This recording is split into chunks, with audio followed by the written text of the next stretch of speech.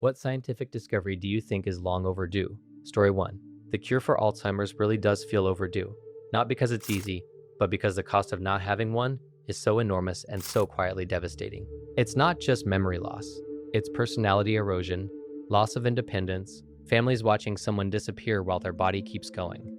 It drains caregivers emotionally and financially, overwhelms healthcare systems, and will only get worse as populations age. And yet progress feels painfully slow compared to diseases that kill faster but affect fewer years of life. Part of the problem is that Alzheimer's isn't one thing. It's tangled up with aging, inflammation, vascular health, genetics, metabolism, sleep, maybe even infections. We've spent decades chasing plaques and tangles while possibly missing the bigger system-level failure. Add to that how hard it is to study a living brain, how late diagnosis usually is, and how little incentive there is to fund long, uncertain research compared to profitable treatments. What's frustrating is that even slowing or preventing it would be life-changing, not just curing it outright. And yet it still feels like something society hasn't fully reckoned with, probably because it robs people quietly, behind closed doors, instead of dramatically. A species that can edit genes and land robots on Mars should be able to protect its elders from losing themselves. The fact that we can't yet say less about intelligence and more about where our priorities have been. Story 2. A cure for diabetes feels overdue for the same reason Alzheimer's does. The human cost is massive, constant, and largely normalized. Diabetes isn't just high blood sugar, it's a lifelong management burden that wears people down day after day. Finger pricks, injections, pumps, constant calculation, fear of lows, fear of long-term damage. Heart disease, kidney failure, blindness, nerve damage, slow consequences that don't make headlines but ruin lives quietly. Type 1 is especially brutal because we know what's broken. The immune system destroys insulin-producing cells. In theory, that should be fixable. And yet people are still dependent on insulin a century after its discovery, paying with money, time, and stress just to stay alive. The fact that insulin exists is a miracle, but the fact that it's still the endpoint is a failure of imagination, funding, and priorities. Type 2 adds another layer, tangled with food systems, poverty, stress, sleep, and environment. We treat it like a personal flaw instead of a systemic disease, then act surprised when prevention and reversal don't scale. What makes it especially infuriating is that managing diabetes is profitable. Supplies, devices, subscriptions, medications, there's an entire industry built around maintenance rather than elimination. That doesn't mean researchers are malicious, but it does mean incentives are skewed toward treatment, not cures. A cure wouldn't just save lives. It would give people their mental freedom back. For a civilization this advanced, forcing millions to micromanage their blood chemistry just to exist, feels like something history should look back on and ask, why did it take us so long? Story 3. Male pattern baldness. The company that figures this out will be crapping money. Male pattern baldness isn't rare, mysterious, or deadly, but it hits something deeply human: identity, confidence, aging, attractiveness. That's why people spend billions every year on partial fixes that barely hold the line. Minoxidil, finasteride, transplants, microneedling, laser caps, none of them actually solve it. They slow, mask, or gamble. What makes it especially frustrating is that we understand a lot of the mechanism. It's androgen sensitivity at the follicle level, DHT binding, miniaturization, same pattern, same areas, same progression across cultures. This isn't a vague disease, it's consistent and predictable, which makes the lack of a real fix feel less like a scientific wall and more like diminishing returns plus risk. Messing with hormones system-wide is dangerous. Regrowing follicles safely without triggering cancer, autoimmune reactions, or weird side effects is hard. Hair follicles are small, but biology is not forgiving when you start flipping growth switches. Still, you're right about one thing. The company that cracks localized, permanent follicle regeneration without systemic effects would print money forever. Not just men either. Hair loss hits women hard too. It's just talked about less. It's one of those problems that isn't important enough to be humanity's top priority, but important enough that people feel its absence every day in the mirror. If history is any guide, it'll be solved suddenly, quietly, and expensively. And a lot of very rich people will have very full heads of hair. Story 4. Sustainable fusion really does feel like the missing keystone. We've known for decades that fusion works. The sun proves it every second. We understand physics well enough to get brief reactions, experimental gains, and flashy headlines. But turning that into something stable, controllable, affordable, and net positive over time has stayed just out of reach. Always, 30 years away, no matter the decade. And the payoff would be unreal. Near limitless clean energy, No carbon emissions, no long-lived radioactive waste like fission, no dependence on hydrocarbons, no geopolitical choke points over oil and gas, no energy scarcity driving wars and inequality. Entire categories of conflict and environmental damage would simply stop making sense. What's frustrating is how much hangs on it. Climate change, water desalination, food production, manufacturing, even space travel. Fusion would touch all of it. It wouldn't fix human nature, but it would remove one of the biggest pressures that brings out our worst behavior. The challenge isn't just scientific, it's economic and political. Fusion requires massive upfront investment, long timelines, and cooperation, things our current systems are bad at rewarding. Fossil fuels work now, fusion promises later. Short-term incentives keep winning. If humanity pulls it off, future generations will see the pre-fusion era the way we see life before antibiotics. Brutal, dirty, and unnecessarily constrained. If we don't, we'll look back and realize we stood inches from a solution that could have changed everything, and hesitated. Sustainable fusion isn't just overdue science. It's a test of whether we can build something that benefits everyone instead of extracting from everything. Story 5. You're right. And ALS is one of the cruelest examples of how far behind we still are. Motor neuron disease is devastating precisely because it strips everything except awareness. The mind stays sharp while the body fails piece by piece. Speech, movement, swallowing, breathing, until the person is trapped inside themselves. There's almost nothing that meaningfully slows it, let alone stops it. And for a disease that lethal, that fast, and that psychologically brutal, that gap feels unforgivable. What makes ALS especially hard is how fragmented it is. Some cases are genetic, others sporadic. Different proteins misfold, different neurons fail, different timelines play out. It may not be one disease at all, but a cluster of related failures that look the same at the end. That makes a single cure incredibly hard to target. And because it's rare, funding, attention, and large-scale trials lag behind conditions that affect more people more slowly. But rarity shouldn't matter when the suffering is this absolute. The fact that we still can't say why motor neurons die, whether it's inflammation, toxic buildup, mitochondrial failure, immune attack, or something we haven't even named yet, shows how much of neurology is still a black box.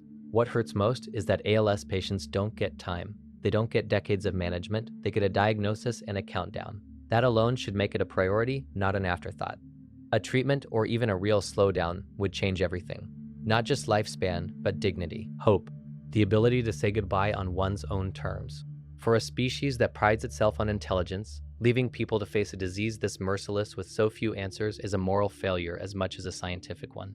You're not wrong to feel that we're behind. We are. Story 6. A machine that would allow us to record and replay our dreams. I would love that so much because I often have really cool and weird dreams, some of them which I would love to relive. Dreams feel like lost worlds. You wake up knowing you were somewhere, that something vivid and meaningful happened, and then it evaporates. A machine that could record and replay dreams would finally let us keep those places instead of watching them dissolve every morning. Art, stories, emotions, entire experiences that currently vanish could be revisited, shared, studied. It would be like discovering a new medium that only exists inside the mind. And some of the dreams people have really are incredible. Surreal landscapes, impossible physics, emotions that don't exist when awake.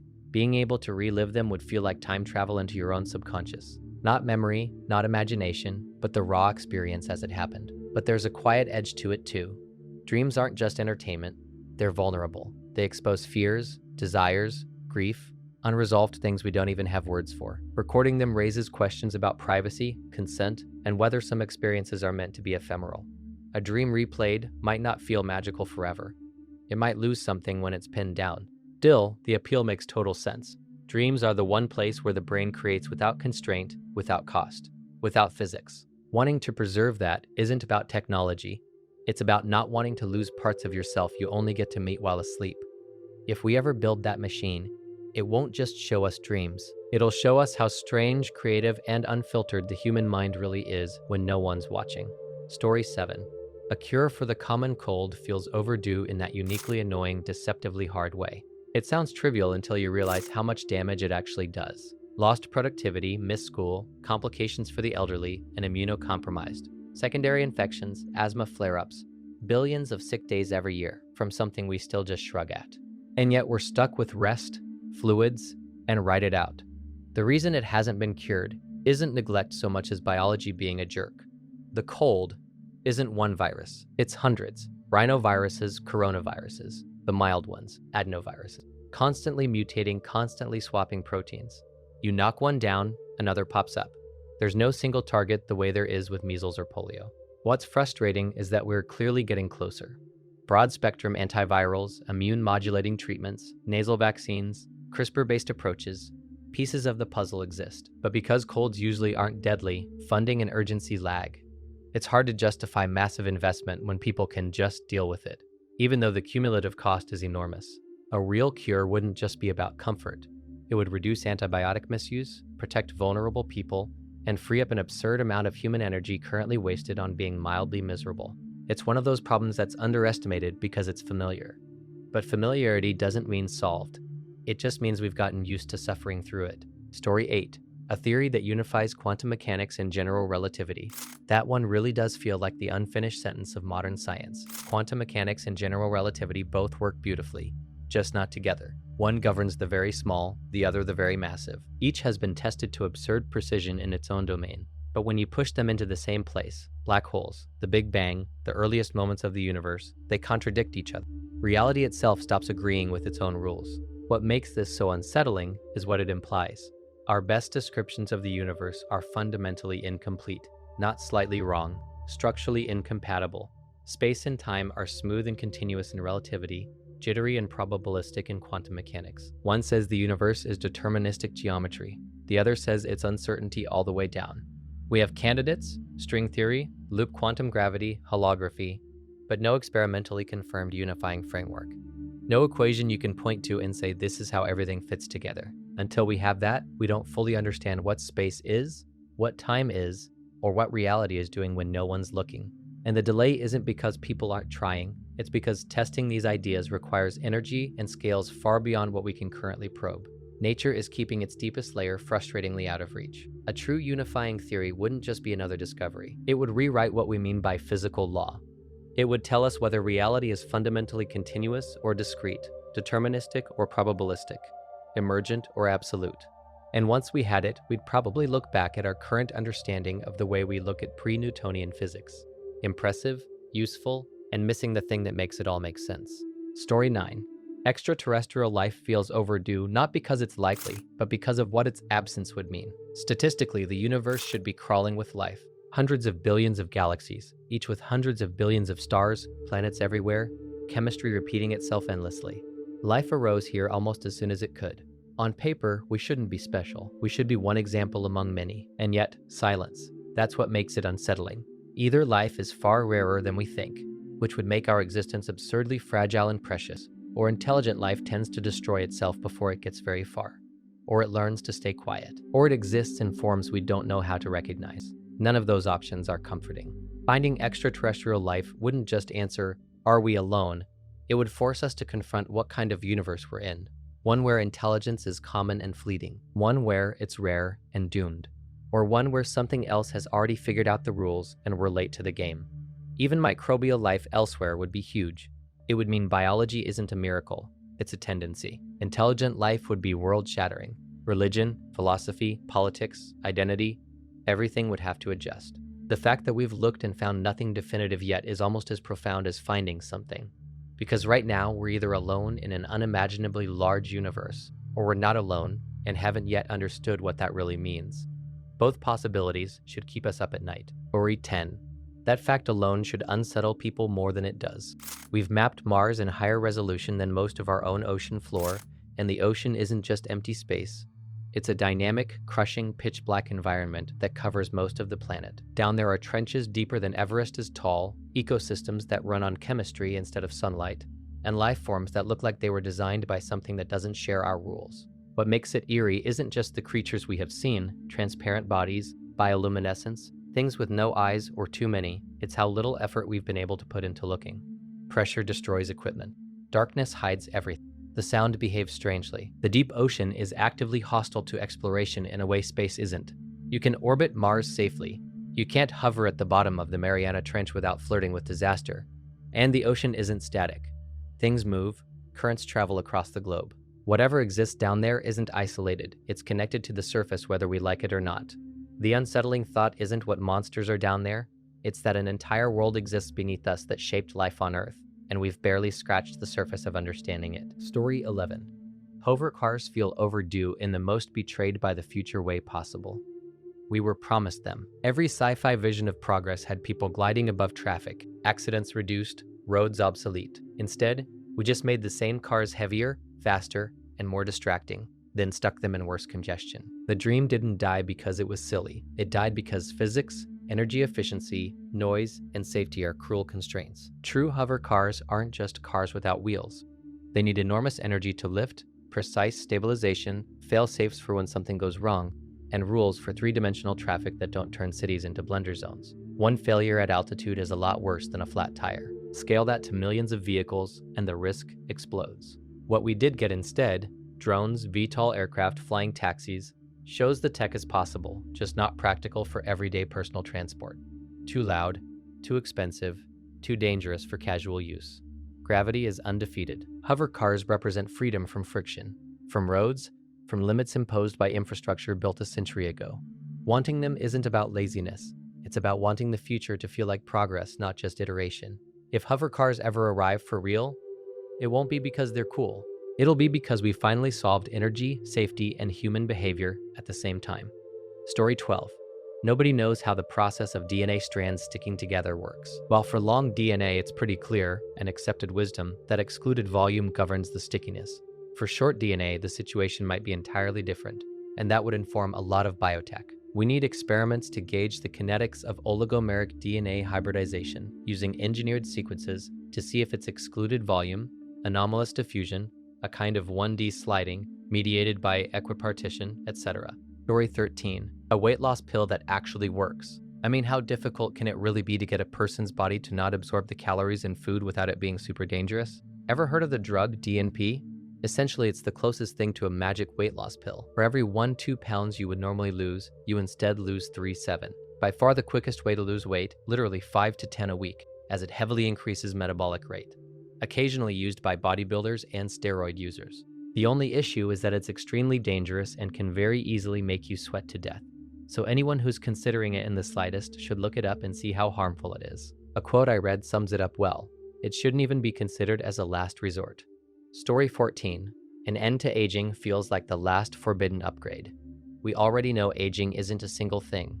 It's accumulated damage. DNA errors, telomere shortening, protein misfolding, cellular senescence, mitochondrial decay. None of it is mystical. It's mechanical. Which makes the fact that we still treat aging as inevitable feel more like resignation than truth. What's unsettling is how close we might be in pieces. We can extend lifespans in animals. We can clear senescent cells. We can reprogram cells to younger states without erasing identity. We can slow biological clocks. Aging isn't untouchable anymore, it's just not solved holistically. The real barrier isn't just science, it's a consequence. Ending aging would shatter everything. Population models, economics, power structures, inheritance, careers, relationships, politics. Who gets access first? Who lives longer? Who stays in power? A cure for aging wouldn't be a medical breakthrough. It would be a civilizational earthquake. There's also the quiet fear that society avoids saying out loud. If people didn't age, we'd be forced to confront how we spend time when scarcity disappears. No countdown, no natural exit. Just meaning, indefinitely. Ending aging wouldn't make us gods. It would remove our biggest excuse. And that might be why it's taking so long, not because it's impossible, but because we're not ready for what comes after the clock stops ticking. Story 15. A cure for cancer feels overdue because we keep talking about it like it's one thing, when it's really hundreds of different failures wearing the same name. Cancer isn't a single disease, it's cells breaking the rules in different ways in different tissues for different reasons. That's why progress feels uneven. We've made real advances, survival rates up, targeted therapies, immunotherapy, early detection. But none of that feels like victory when people are still being poisoned, irradiated, or bankrupted just to buy time. What makes it especially frustrating is that we understand so much more now than we did decades ago. We can sequence tumors, track mutations, watch cancer evolve in real time, and yet treatment still often means carpet bombing the body and hoping the cancer dies first. It works sometimes. Other times, it just trades one kind of suffering for another. Part of the delay is complexity. Part of it is money. Chronic treatment is profitable. Cures are risky, expensive, and don't always fit neatly into existing systems. And cancer research is cautious for good reason. Mistakes cost lives, but that caution also slows breakthroughs. The cruel irony is that cancer is a disease of life itself, cells doing exactly what life does best: grow, adapt, survive, turning that against us. Story 16. Teleportation is one of those ideas that sounds like pure freedom until you really sit with what it would require. Moving an object isn't the hard part. We already do that with information. The problem is you. Every atom, every connection, every electrical pattern in your brain that makes you would have to be measured, disassembled, transmitted, and reconstructed somewhere else. Perfectly. No rounding errors, no missing bits, no lag. That's where it gets unsettling. Does teleportation move you, or does it kill you and create an exact copy that thinks it's you? From the outside, nothing changes. From the inside, who knows? Consciousness doesn't come with a checksum we can verify. You can't ask the original if it survived, because if it didn't, it's gone. Even if we solve that philosophical nightmare, the technical barriers are staggering. Quantum states can't be copied perfectly. Measuring a system changes it. The energy required to encode a human body down to that level is absurd. One mistake and you're not slightly wrong, you're catastrophically wrong. And then there's the societal side. Teleportation would end borders, reshape war, collapse transportation economies, and introduce a new kind of inequality overnight. Who gets access? Who controls the receivers? Who decides where people are allowed to reassemble? Story 17. That idea is quietly terrifying in a way most people don't even notice at first. If consciousness is infinite or fundamental, like space and time, then it isn't something we have. It's something we tap into. Individual lives wouldn't be beginnings and endings, just temporary localizations, like eddies in a river. When a body dies, the pattern dissolves, but whatever makes experience possible doesn't go anywhere. It just stops being this. That reframes death in an unsettling way. Not oblivion, not continuation as a person, but not nothing either. Awareness without memory, existence without identity, no guarantees of rest, meaning, or return. Just the idea that experience itself never truly shuts off. It only changes form. It also messes with individuality. If consciousness is infinite, then the boundary between me and you is less solid than we think. Separate perspectives, same underlying field. That makes cruelty harder to justify and suffering harder to compartmentalize. Hurting others becomes, in a very literal sense, consciousness hurting itself. What's especially disturbing is that this idea doesn't require mysticism. Some interpretations of physics, panpsychism, and information theory drift uncomfortably close to it. Nothing proven, nothing dismissible either. Story 18. That idea sits right at the intersection of brilliant and nightmarish. Lightning is pure, concentrated violence, billions of joules released in milliseconds. On paper, it feels wasteful not to capture it. Free energy falling from the sky. In reality, that energy is the problem. It's not just a lot of power, it's power delivered faster than almost anything we know how to handle. Most storage systems don't fail gracefully at that scale. They explode, vaporize, or melt. The other issue is predictability. Lightning isn't steady or controllable. You can't schedule it, you can't smooth it out easily. You'd need absurdly fast response systems, likely supercapacitors or exotic materials that could absorb a massive spike instantly without degrading. And even then, the infrastructure to survive repeated strikes would be expensive and dangerous. What makes it fascinating is that it's theoretically possible, not sci-fi impossible, just impractical with today's tech. A single strike could power a house for days, but building something robust enough to catch thousands of them safely is another story. Still, it's a perfect symbol of our energy problem. We're surrounded by enormous power. We just don't yet know how to hold it without breaking everything in the process. Story 19. Replacements or repair technology for ligaments and tendons that are at least as good as the real thing. This one really is overdue, and anyone who's torn a ligament or tendon knows why. Bones heal, skin heals. Even organs can regenerate to a point, but ligaments and tendons, they heal badly. Scar tissue, reduced elasticity, chronic pain, permanent weakness. Even with surgery and rehab, you're often just getting good enough, not restored. Careers end. Mobility changes. People live with limitations forever because connective tissue just doesn't regenerate like it should. What makes it especially frustrating is that these tissues are mechanically simple but biologically stubborn. They need to be strong and flexible, anchored and responsive to load. Synthetic replacements fail. Grafts weaken other parts of the body. Current repairs are compromises, not fixes. The science is inching forward. Bioprinting scaffolds, stem cell-seeded matrices, gene signaling to trigger proper collagen alignment, but nothing yet matches the original in durability and performance. And until it does, a single injury can permanently downgrade a body that otherwise works fine. A true replacement or regeneration tech, one that restores full strength, elasticity, and sensation, would be life-changing, not just for athletes, but for workers, older adults, and accident victims. It would redefine recovery. We've accepted you'll never be the same for far too long. That shouldn't be the best medicine to offer. Story 20. A real hangover cure feels overdue because hangovers aren't just feeling rough. They're your body dealing with mild poisoning, dehydration, inflammation, sleep disruption, and neurotransmitter chaos all at once. And yet the best we've got is water, greasy food, caffeine, and regret. The problem is that alcohol messes with multiple systems simultaneously. It dehydrates you, irritates your gut, inflames your brain, disrupts blood sugar, suppresses REM sleep, and creates toxic byproducts like acetaldehyde. You're not suffering from one issue. You're suffering from a cascade. Fixing one piece helps a little, but nothing resets the whole system quickly. What's frustrating is that science actually understands most of this. We know the pathways, we know what's happening, but designing something that safely counteracts all of it without causing other problems is tricky, especially when alcohol consumption is voluntary and socially normalized, so urgency stays low. There's also a quiet incentive issue. If hangovers were easy to erase, alcohol use would spike, and the downstream health costs would too. Society kind of relies on hangovers as a natural break. Still, a true cure, something that neutralizes toxins, restores hydration and electrolytes, reduces inflammation, and protects sleep, would be revolutionary, not to encourage excess, but to reduce harm. Right now, the closest thing to a cure is prevention, which is a deeply unsatisfying answer, and exactly why this one still feels unfinished. Story 21.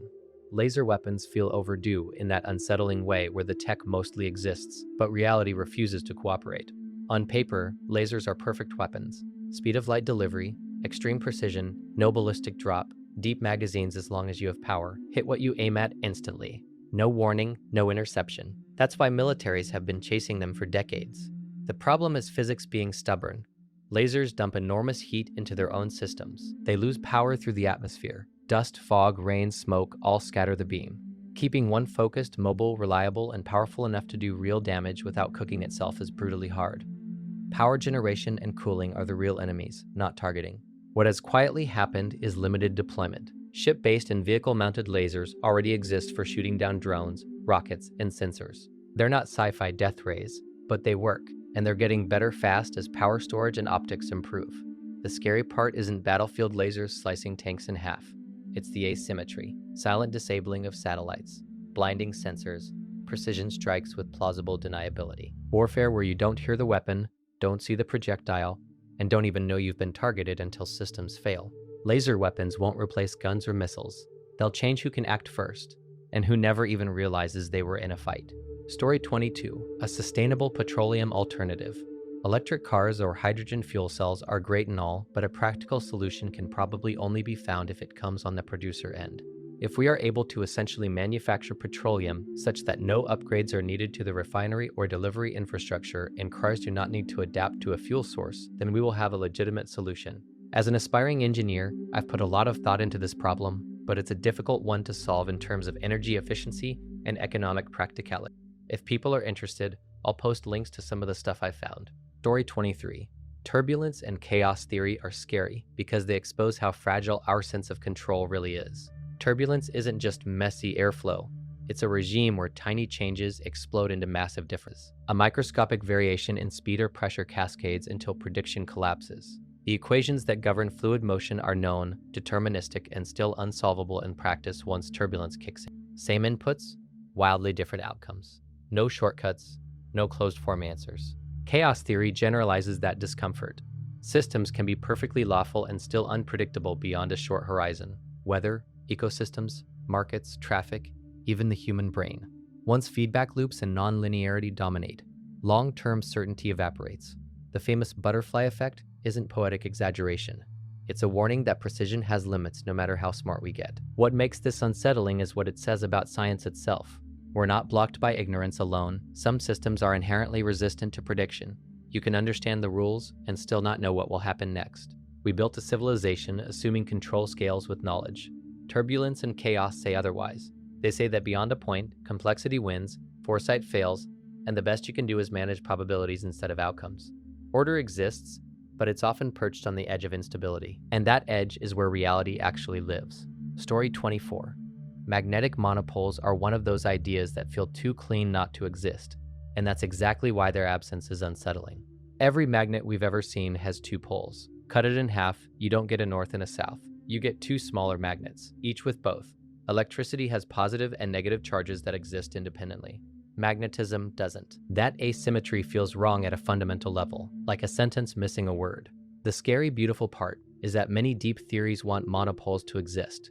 Grand unified theories predict them naturally. Some versions of quantum field theory almost require them to make the math behave. Their existence would explain why electric charge is quantized, why it comes in neat little packets instead of arbitrary amounts.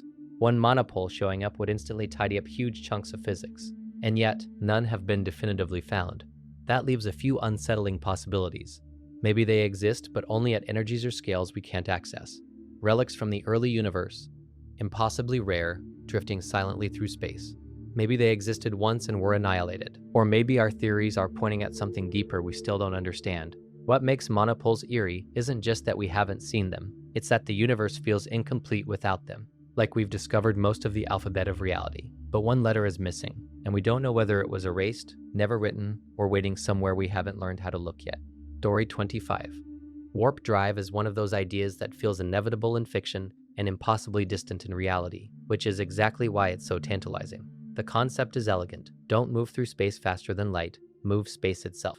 Compress it in front of you, expand it behind you, and ride the wave. No relativistic mass problems, no time dilation killing your crew, just space-time doing the heavy lifting. What makes it extra maddening is that it's not pure fantasy. The math works. The Alcubierre metric exists on paper. Physics doesn't forbid it outright. It just adds a long list of yeah but, negative energy, exotic matter, absurd energy requirements, stability issues, causality headaches. Basically, the universe says, you can do this, if you can pay the bill. And the bill is steep. Early models required more energy than the observable universe. Newer ones shrink that down to only planetary or stellar scales, which is progress in the same way surviving a fall from orbit is progress over falling into a black hole. But the reason people want warp drive isn't just sci-fi wanderlust, it's claustrophobia. Space is vast, and without something like warp, we're stuck in a tiny cosmic cul-de-sac forever. No nearby stars, no real interstellar civilization, just robots and radio signals doing the traveling for us. A working warp drive wouldn't just change travel, it would change humanity's relationship with the universe, from observers trapped in one system to participants in a much bigger story. Until then, we're a species staring at an ocean we can see but not cross. And yeah, it's frustrating as hell. Story 26. Artificial gravity really does feel like one of those reasons why this still has not solved problems, especially given how badly microgravity messes with the human body. We already know the damage: muscle wasting, bone density loss, fluid shifting into the head, vision problems, weakened immune systems, cardiovascular deconditioning. Astronauts come back shorter, weaker, sometimes with permanent changes. The body evolved under constant gravity, and without it, everything slowly starts to unravel.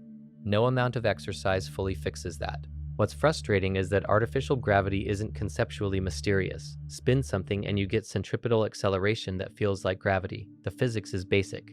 The problem is engineering and scale. To avoid nausea and disorientation, you need a structure big enough to spin slowly. Big structures are heavy, complex, expensive, and risky to assemble in space. So instead, we've chosen to accept biological damage as the cost of exploration. That's a terrible long-term trade-off. If we're serious about long-duration missions to Mars, beyond, or permanent space habitats, living in zero-G isn't viable. Artificial gravity isn't a luxury. It's life support. The sad irony is that we're exploring space while quietly breaking the explorers. A rotating habitat or spacecraft section would change everything. Healthier crews, longer missions, real space living instead of endurance tests. It's one of those technologies that doesn't feel flashy, but without it, space will always be somewhere humans visit, not somewhere they truly live. If we want to be a spacefaring species instead of space tourists, artificial gravity isn't optional. It's overdue. Story 27. Room temperature superconductors feel like the missing upgrade for modern civilization. We already know superconductivity works. Zero electrical resistance, perfect efficiency, magnetic levitation, lossless power transmission. The problem is the asterisk. Only if it's absurdly cold, under extreme pressure, or both. Liquid nitrogen is manageable, liquid helium is not. And anything that needs diamond anvils and lab conditions might as well not exist outside of paper. If we cracked superconductivity at room temperature and normal pressure, the ripple effects would be enormous and immediate. Power grids would lose almost no energy. Data centers would shrink and cool themselves. Trains could levitate cheaply. Motors would be smaller and vastly more efficient. Fusion suddenly becomes more realistic. MRI machines, particle accelerators, quantum computers, all simpler, cheaper, more widespread. What's especially maddening is how close we keep getting. Every few years there's a headline: new material, record temperature, then the catch: insane pressure, instability, impossible to manufacture. Progress is real, but it's jagged and frustrating. The deeper issue is that we still don't fully understand why high-temperature superconductivity works at all. We can discover materials empirically faster than we can explain them theoretically. That's backwards, and it's slowing everything down. A true room-temperature superconductor wouldn't just be a scientific milestone. It would quietly rewire the infrastructure of the world, and like sustainable fusion, it's one of those breakthroughs that feels less like if and more like when, with the uncomfortable question being whether we'll get it in time to solve the problems it could so elegantly erase. Story 28. Hoverboards are the most personal betrayal the future ever committed. We were promised them, not as a concept, as a vibe. Casual levitation, effortless glide. No noise, no straps, no explosions, just you floating a few inches above the ground like physics finally gave up arguing. Instead, we got wheeled planks with batteries that catch fire and lawyers yelling about disclaimers. The cruel part is that hoverboards aren't impossible in principle. We can levitate with magnets, we can stabilize with sensors, we can control balance insanely well. The problem is always the same: brick wall, energy, cost, and surfaces. Magnetic levitation needs special tracks. Drones need constant thrust and sound like angry bees. Anything powerful enough to keep a human hovering safely is either loud, dangerous, or impractical in public spaces. So the dream died not because it was silly, but because it didn't scale cleanly. Cities weren't built for it. Power density isn't there yet. And humans frankly can't be trusted with something that turns minor mistakes into hospital visits. Still, the reason people want hoverboards hasn't gone away. It's about frictionless movement, about reclaiming play, about technology feeling magical instead of optimized for profit and surveillance. Hoverboards represent the future we thought we were getting: fun, elegant, liberating. Instead, we got subscriptions, chargers, and software updates. And honestly, that's the real disappointment. Story 29. Detecting a deliberate signal from alien life feels overdue because, in a quiet way, we've been listening for a long time. Projects like SETI Institute have scanned the sky for narrowband radio signals and brief, unnatural light pulses, the kinds of emissions nature almost never produces on its own: a repeating radio tone at a precise frequency, a laser flash that blinks in a pattern, something that says this was made, not this just happened. What makes it eerie is how simple the idea is. No ships, no landings, just a hello across the void. And yet, nothing confirmed. Plenty of false alarms, pulsars, satellites, interference, but no unmistakable, this is intelligence. That silence cuts both ways. Maybe intelligent life is rare. Maybe it doesn't broadcast. Maybe it learned that shouting into the cosmos is a bad idea. Or maybe we're listening on the wrong channels, at the wrong time scale, with the wrong assumptions about what intelligence would choose to say. The scariest part isn't failing to hear a message. It's the possibility that signals are passing through the universe constantly, and we don't yet know how to recognize them as voices instead of noise. Because the moment we do, everything changes. Not with an invasion or a revelation, but with the quiet, irreversible knowledge that we were never alone and never as isolated as we thought. Story 30. The crazy thing is, we basically got this. DeepMind's AlphaFold proved you can predict a lot of protein structures from amino acid sequence with near experimental accuracy for many proteins, and it dumped an enormous database of predicted structures into the public domain. It's one of those, this should have taken 50 more years breakthroughs, and it did turbocharge biology. But it's not the full dream yet. The hard cases are where real life gets messy. Proteins that only fold correctly with partners, membranes, ions, chaperones, crowding, weird modifications, multiple shapes, or that change form when they bind something. And drug design isn't just what shape is the protein, it's what shape is it in the cell, which pocket is druggable, what does it bind, how does it move, and will anything else bind accidentally? The bottleneck shifted to the uncomfortable stuff: dynamics, interactions, chemistry, and biology being chaos. Still, if you showed 2005 scientists what we have now, they'd call it sorcery.